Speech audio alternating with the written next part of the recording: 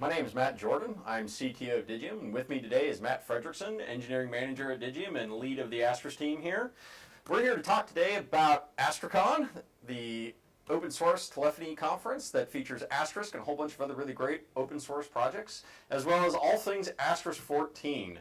So tell me, Matt, what's been your role here at Digium, and how did you find yourself to be the lead on the Asterisk team? Okay, so traditionally at Digium, I have worked in a lot of different areas at Digium. I've done a little bit of my time in the hardware department, doing device drivers, working on the Dottie project.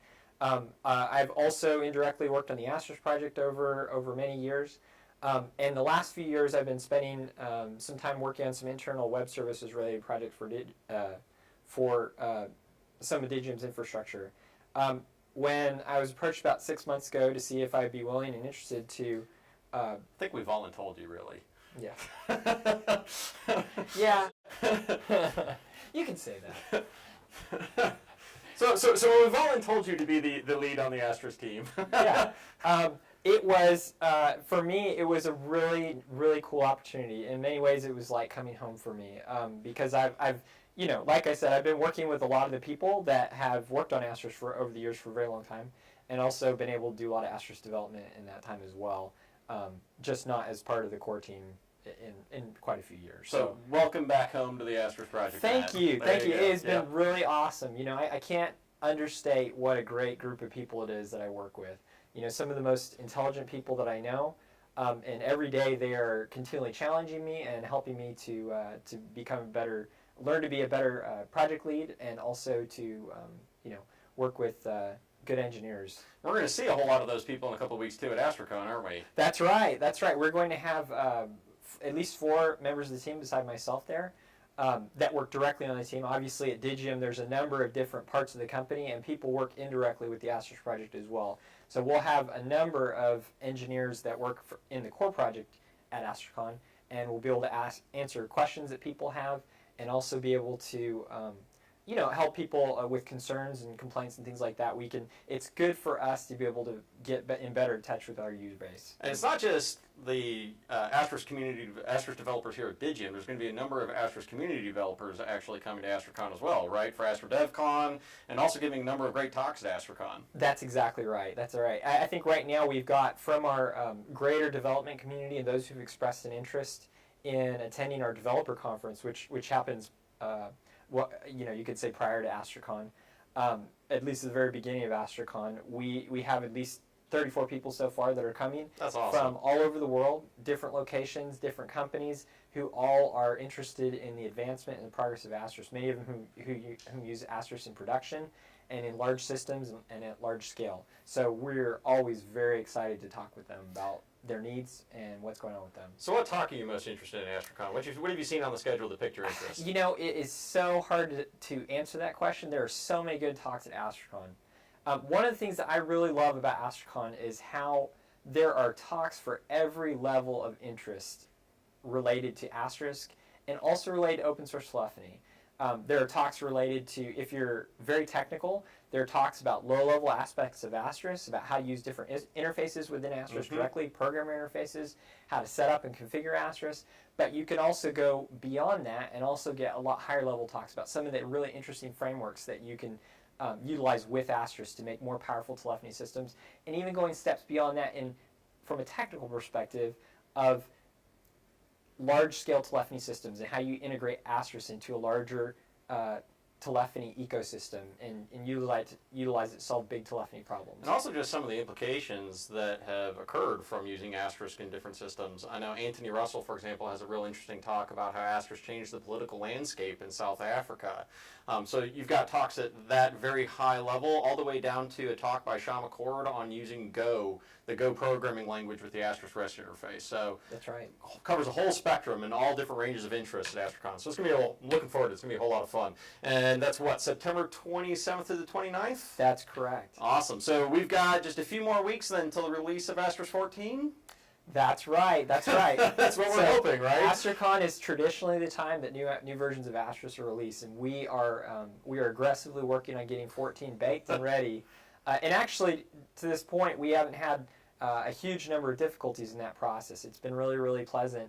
with our new automated testing infrastructure and some of the other great new things that we've developed in the last few years. Actually, many of them prior to the point when I got there, so I'm very grateful for all the hard work of you and others that have been involved with that. I'd say it's been a community effort. That's right. There have been tons and tons of people that have contributed to that process, which I think will make 14 one of the most stable versions of Asterisk that have been released, that will be released so far. I think that's always good news for everybody. So let's talk a little bit about Asterisk 14. As you know, in the past couple versions of Asterisk, we focused very heavily on APIs, in particular the Asterisk REST interface, ARI. What's one of the new things that we can expect to see in Asterisk 14 on ARI? So actually, there are a number of very interesting things that have been added in what will be the 14 version of Asterisk. One of the things in particular that we've seen a lot of desire from the ARI users to have is the ability to be able to connect Asterisk channels together early, prior to the point. So at this time, at least in Asterisk 13 and before that, in order for you to access, to have audio, media, be able to travel, to gain access to a channel, it has to be answered.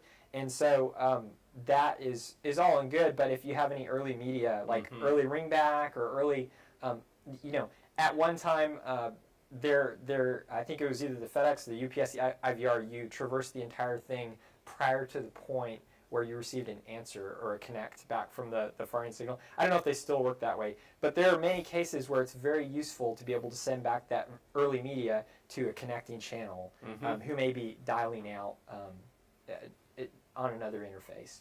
And so that's something of interest that's been expressed to us and that you should be able to do as of Asterisk 14. So if I'm understanding you correctly, in prior versions of Asterisk, using ARI, when you created that outbound channel, you had to wait till that channel was answered before you got control over it. That's exactly right. Right. So in Asterisk 14, when I create an outbound channel, I now have the option to get it back immediately before the dial even begins. Yes, and that was a very great summary of probably my long-winded explanation. No, but I think one of the interesting things about that is that if I'm building probably a much more fine-grained outbound dialer, something that needs to have control over those channels at a very much tighter control, now I can actually build those applications. So if I'm building a call center application, or if I just want to rewrite app dial and build my own outbound dialing application, I now have better control over that. That's exactly right. Very cool, very cool. So let's talk about something beyond the APIs, because we obviously do a lot more than just improving the APIs in Asterisk.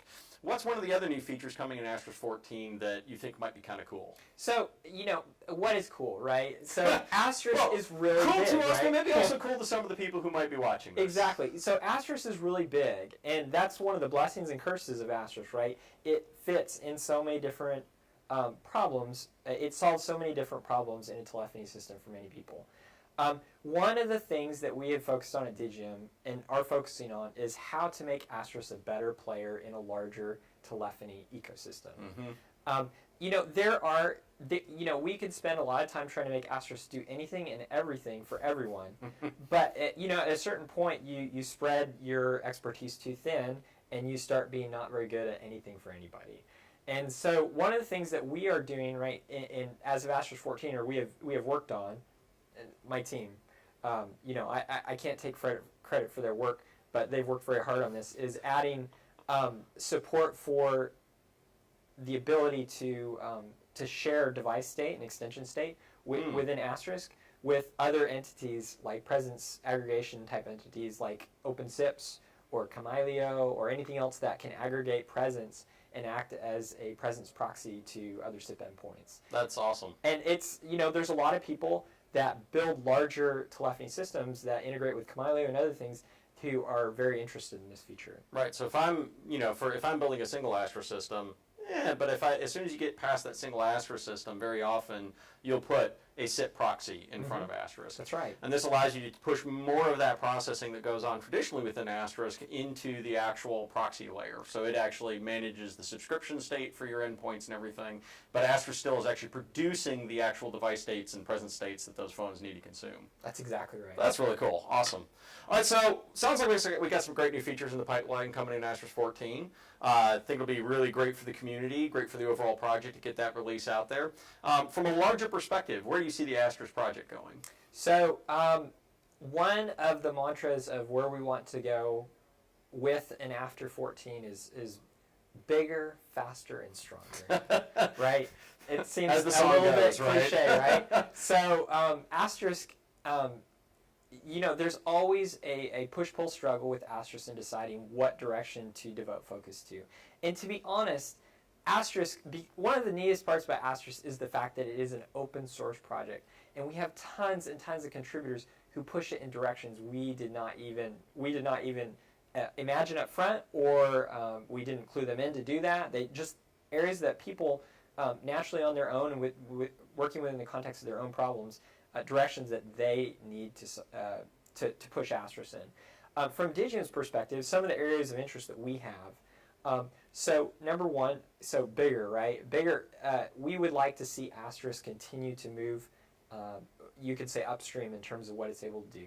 So better integration with other telephony engines and telephony services.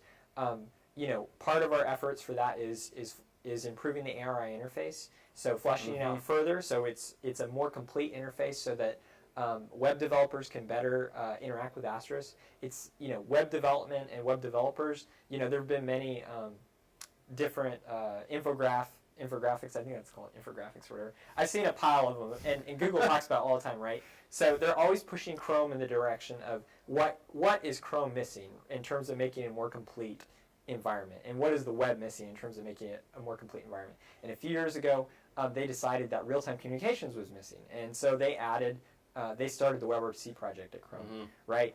And so Asterisk, from its perspective, is always trying to figure out how to move in the direction of bigger development teams and bigger developer resources. And obviously the web is a very, very big development pool. The number of developers who can access and program via web APIs, HTTP APIs, and REST APIs is very large. And so it is a priority for the Asterisk project to continue to improve and flesh out the ARI interface, which is the RESTful interface that Asterisk has, to better cater to these developers. So scale up, Yep. scale out, be approachable to more developers. Exactly. Awesome. That's exactly right. Very cool. All right, well, great. Well, I think that's it for us today. Hopefully we'll see you all at Astricon. That's, again, September 27th through the 29th. Get to meet Mr. Matt Fredrickson, lead of the Asterisk team, along with a lot of the developers who work on the Asterisk project, a lot of the great community developers out there who contribute to the Asterisk project, and I'll probably be floating around somewhere in the crowd as well.